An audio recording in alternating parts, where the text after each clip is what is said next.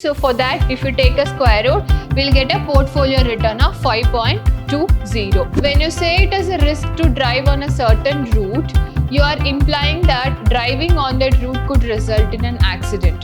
The formula for alpha is equals to y bar minus beta into x bar.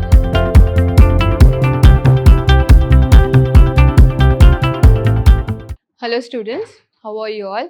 I hope so you are doing good. I welcome you to the investment management session. So in today's session, we are going to talk about Unit 3, risk and return. So before I start with the topic, let me give my brief introduction. I'm Vaishnavi, Faculty of Commerce from Vidyashram First Grade College, Temple of Excellence, Mysuru.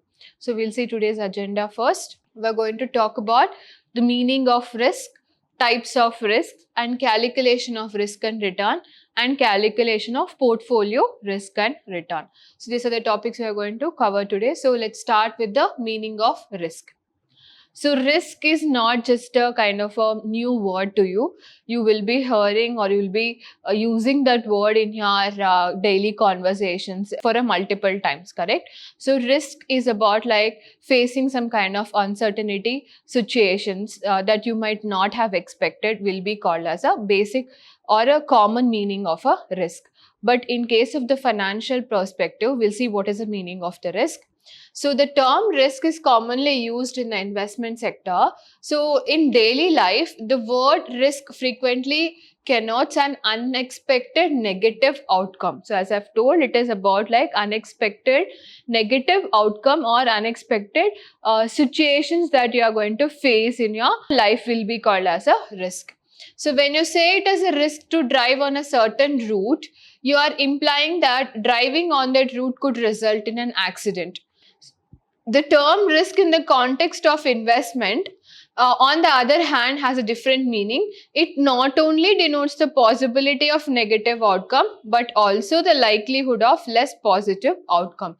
So in case of the investment, so the meaning of the risk here is about, it is the possibility of less possible outcomes and more possibility of negative outcome will be called as a risk. Now, what is outcome here in the sense like your returns? So, whatever the investments that you have made on the portfolios or on the investment options, so your possibility of getting that returns might be positive or negative. So here the risk will be going to act like a kind of certainty formula so that you can understand how much percentage of the returns that you are going to get it.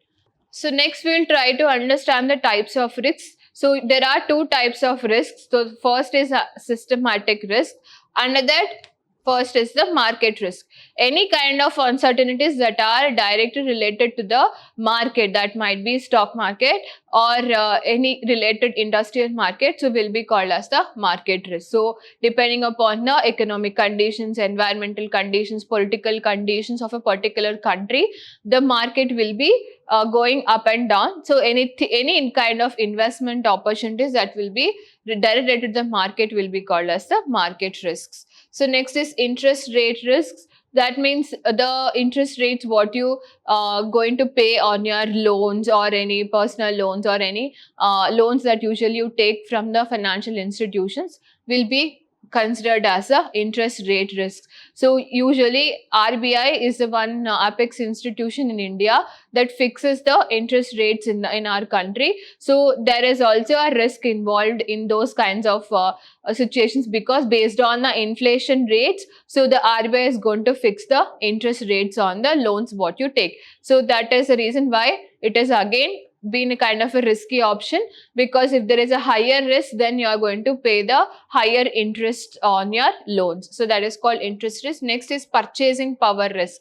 Based on the economic conditions of the country, so the GDP also will be increasing and decreasing. So that means the purchasing power of the individual also will be on stake. So when there is a lesser GDP, so that means when there is a lesser flow of income or lesser flow of money inside the market, so such kind of situations will be called as the purchasing power risk. Next is unsystematic risk. Under that, we are going to get the business risks. So that is any risks that are been involving in your business or your enterprise. So we will be having like labor risks, financial risks, investment options risks, production risks, etc. So any risks that are being involved into the transactional, operational in the businesses will be called as the business risk. Next is financial risk. So any kind of risk that are being related to the finance, that is money, will be called as the financial risk. Next is default or insolvency risks. So that means being a default person or being an insolvable person, that you might not be able to pay the loans will be considered as the defaulter or insolvable risks. These are the types of risks we have got. So we are going to start with the problems. So in this session, we are going to learn about how to calculate the risk and return on the investment options that you are going to make a decisions, and based on the risk, we are going to make the investment decisions for your future purpose also. So these kinds of problems are important for your final examination. So we'll see with the first question. So the following table shows the return and probability of two stocks. So in this question, you are going to see the probability of returns of two stocks. So state of economy, let's say we are having 5 kind of economic conditions. So we have named as 1, 2, 3, 4, 5. Next probability is 0.20, 0.20, 0.20, 0.20 and 0.20.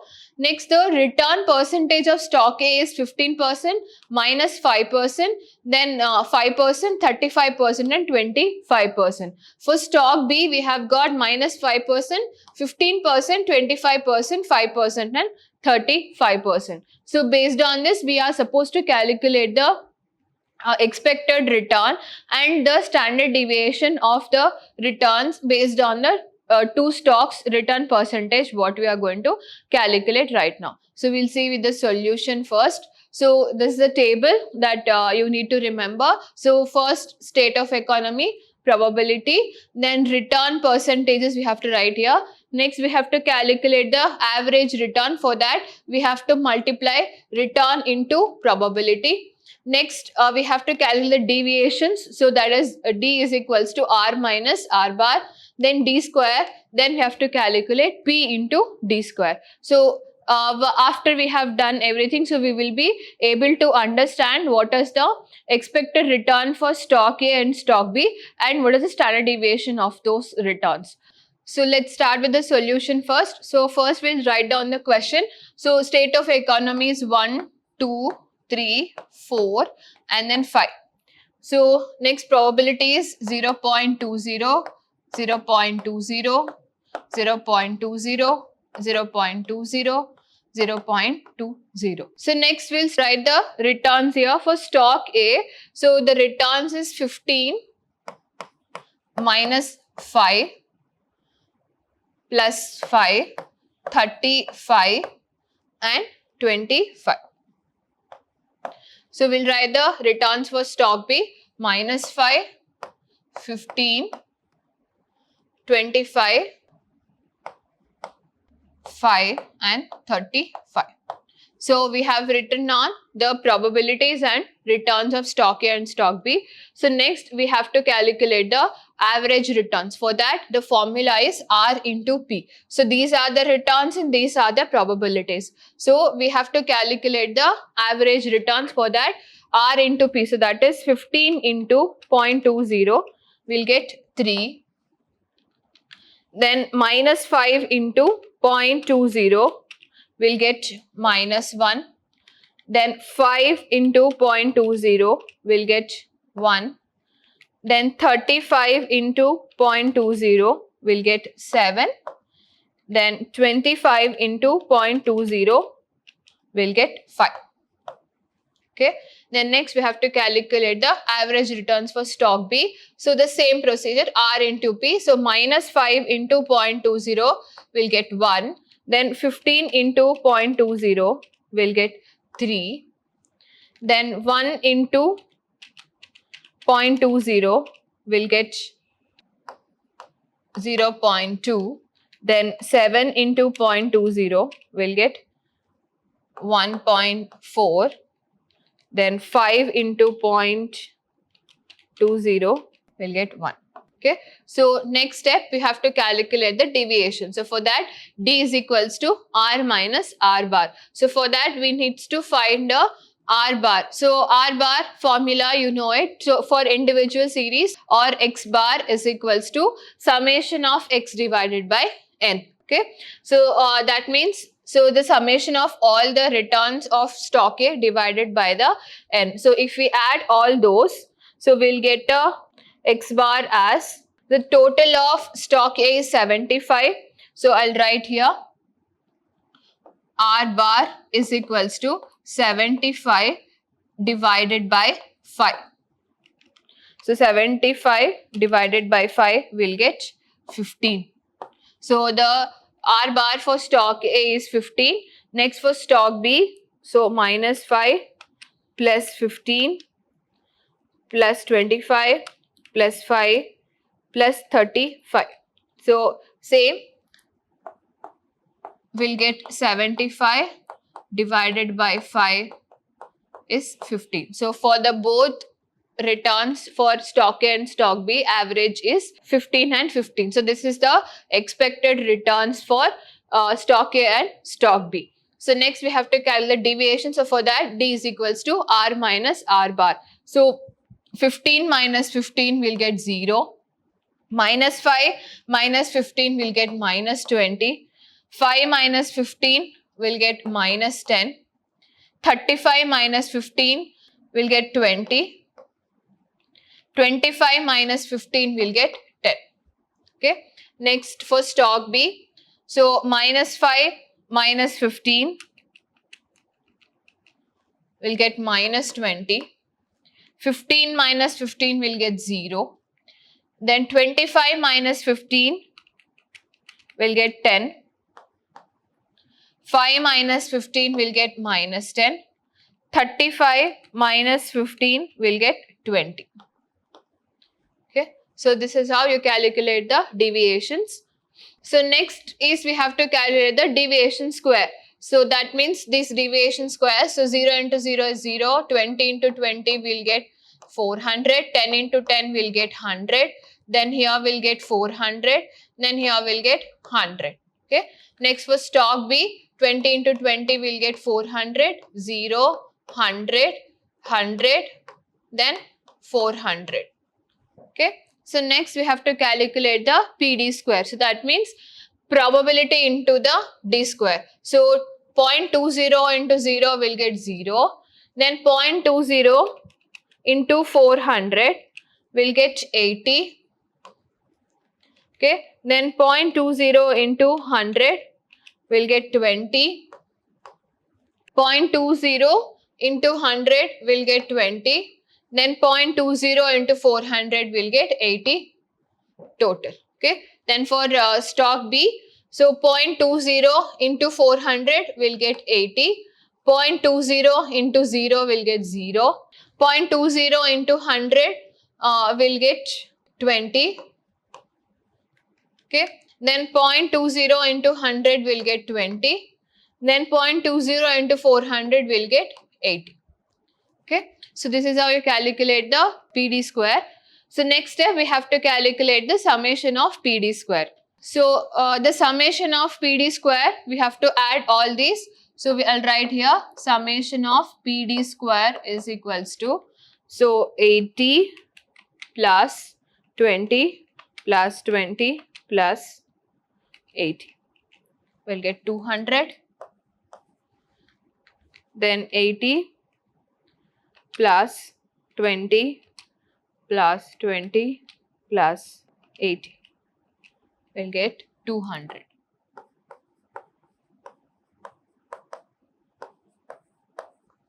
So this is how you calculate the table. So we have calculated the average returns, then deviation of returns, then D square, then PD square. So we have got the summation of PD square as 200 and 200 for both the stock A and stock B, and expected return is 15 and 15 for both stock A and stock B. So next we have to calculate the expected returns.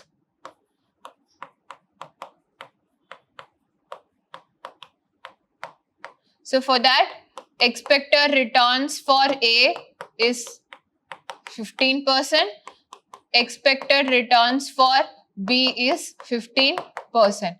So next we have to calculate the standard deviation for stock A. So for that we have a formula. So standard deviation is equals to square root of PD square. So that means square root of 200. So 200 square root will get 14.14%. Then standard deviation for stock B. So same formula, standard deviation is equal to square root of PD square. So that means square root of 200. So we'll get the same answer. So stock deviation for stock B is 14.14%. For stock A is 14.14%. So if you can see here, the expected returns for both the stocks A and B is same, as well as standard deviation is also same. So during this case, the investor will be having the option of selecting any one of the portfolio, because both of them are giving you the positive results here. Say if there are any negative results, or if the expected returns is kind of quite less comparing to the other stock, so we have to select the stock which is having the higher returns on it, and we have to select the kind of a stock which is giving you the less standard deviation. That kind of stock will be having the less risk. So this is how you find out the risk and return for the stocks. So next question, we are going to calculate the portfolio risk and returns. So under that, given the following data, calculate the alpha and beta coefficient for the 5-year period. So they have given the year here, and the stock values they have given, and the Sensex numbers for the 5 years they had given. So next we have to calculate the alpha and beta coefficients for these kind of stocks. So for that computation of stock beta, so we have to write all the 5 years, and then the Sensex what they have given points, we have to write all that, and stock returns we have to write it. So let's name this as X and Y. So the summation of X is 32, summation of Y will be 41. So X square, so will be 9 square will be 81, 12 square will be 144. Likewise, we'll get 2516. Summation of X square is 366. Then summation of Y square, so we'll get 589, but Y square is the square of stock of return. So 11 square will be 121. Then 225, 49, 169 and 25. So if we add all those, we're getting a summation of Y square as 589. So X into Y, 11 into 9 will get 99, 12 into 15 will get 180, 5 into 7 will get 35, 10 into 13 will get 130, minus 4 into minus 5 will get 20. So summation of XY will be 464. So next we have to calculate the alpha and beta of the stocks. So the formula here I have written. So beta formula will be N into summation of XY minus summation of X into summation of Y divided by N into summation of X square minus summation of X whole square. So we'll first calculate the beta here. So N will be 5 into summation of XY, we are getting 464 minus summation of X, we have got 32, and summation of Y is 41 divided by, so 5 into summation of X square is 366 minus summation of X is 32 whole square. Okay, so let's simplify it. So 5 into 464 will get 2320 minus 32 into 41 will get 1312 divided by 5 into 366 will get 1830 minus 32 square will get 1024. Next, 2320 minus 1312 will get 1008 divided by 1830 minus 1024. So we'll get 806. So if we divide 1008 divided by 806, we'll get a beta coefficient as 1.2506. So this is how you calculate the beta coefficient. So next we have to calculate the alpha coefficient. The formula for alpha is equals to y bar minus beta into x bar. So alpha is equals to, so y bar here we have calculated, that is 41, minus beta we have got a value of 1.2506 into, so x bar is 32. Okay, so 41 minus 1.2506 into 32, we'll get 40.0192. So if we deduct 41 minus 40.0192, we'll get 0.9808. So this is how we calculate the alpha and beta coefficients for the stocks. So next we are going to calculate the portfolio risk and return. Next question. So following are the returns of company A and company B. So calculate the expected return, standard deviation with variance and correlation. So we are supposed to calculate the expected return, standard deviation and correlation. So and also calculate the portfolio risk and return if the weightages are 40% of A and 60% of B. So that means a total of 100% of the stock that what the investor is having. So 40% will be investing on stock A and 60% will be investing on stock B. So we are supposed to calculate the portfolio risk and return for these two stocks, that is A and B. So returns of A and returns of B and probability we have taken. So return of A is 20, 10, 5, 25. Return of B 30, 20, 15 and 10. Probability is 0.2, 0.3, 0.3 and 0.2. So first step, we have to calculate the standard deviation here. So we are going to start with the stock A. So the returns of stock A is 20, 10, 5 and 25. Probabilities here you can see 0.2, 0.3, 0.3 and 0.2.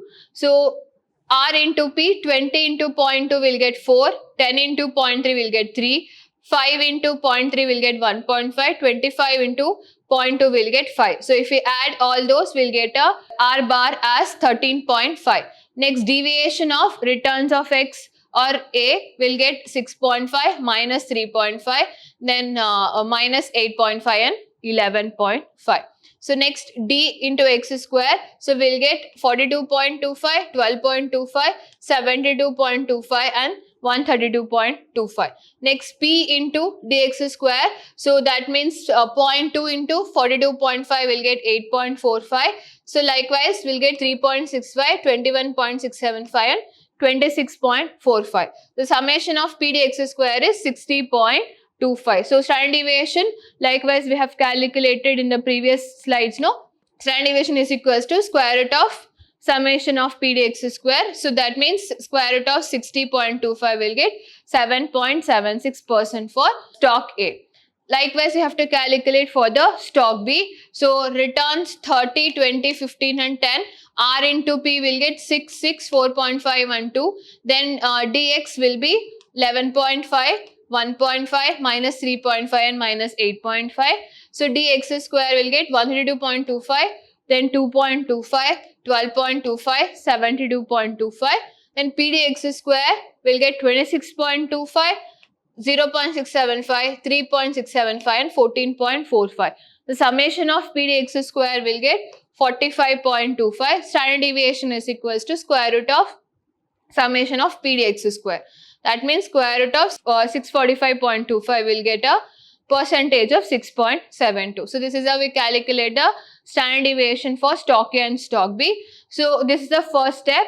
So next step, we'll calculate the portfolio risk and return. So for that, So the probability we have taken, then this is deviation of A, we'll get 6.5, 3.5, minus 8.5 and 11.5. So next for deviation of B, 11.5, 1.5, minus 3.5 and minus 8.5. So DA into DB will get 74.75.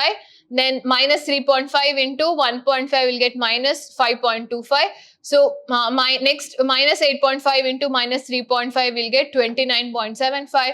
11.5 into minus 8.5 will get 97.75. Next we have to calculate the P into DA into DB. So that is 0.2 into 74.75 will get 14.75. So likewise we'll get minus 1.575, 8.925, minus 19.55. So if you add all those, we'll get a value of 2.75. For the calculation of covariance, this is the formula. So that is the total summation of P into deviation of A into deviation of B is 2.75. So that will be considered as the covariance. Next, correlation. So for that, there's a formula, covariance divided by standard deviation of A into standard deviation of B. So that means correlation, covariance we have got 2.75 divided by standard deviation of A, here we have got 7.76 and standard deviation of B we have got 6.72. So if we multiply it, so we'll get a correlation of 0.05. Next is portfolio return here. So for that, this is the formula, weightage 1 into R1 bar plus weightage 2 into R2 bar. So that means 0.4 into 13.35 plus 0.6 into 18.5. So weightage 1 is like in the starting of the question that I have told, a total percentage of 100%, 0.4 or 40% will be for stock A and 60% will be for stock B. So that is the weightages we have got. So 0.4 into 13.5, so we'll get 5.4, 0.6 into 18.5 will get 11.1. So the overall portfolio return of these two will be 16.5%. So next, portfolio risk. So for that, there is a formula. So weightage 1 square into standard deviation 1 square plus weightage 2 square into standard deviation 2 square plus 2 into weightage 1 into weightage 2 into standard deviation 1 into standard deviation 2 into R. So likewise, we all these kinds of values that we have calculated in the previous slides. So that means 0.4 into 7.76 plus 0.6 into 6.72 plus 2 into 0.4 into 0.6 into 7.16 into 6.72 into R will be the correlation, that is 0.05. So if we simplify all this, so we'll get a overall of 27.13. So for that, if you take a square root, we'll get a portfolio return of 5.20. So the portfolio return is 16.5 and the portfolio risk will be 5.20 for stock A and stock B. So this is a portfolio return. So we have got 5.20. So this is how you calculate the portfolio risk and return here. So I hope you have understood the calculation part of the risk and return. So in the coming session, so we are going to talk about these topics. So that is the 4th unit. So that is technical analysis, meaning of the technical analysis, and under the technical analysis we have got two important theories, that is Dow theory and wave theory. Then the chart types and mathematical indicators. That means in your stock exchange graph, there are different types of indicators and charts that you can identify, and based on that you can make a investment decision. So all these kinds of topics we are going to discuss in the next session. So I'll meet you in the next session. Thank you so much.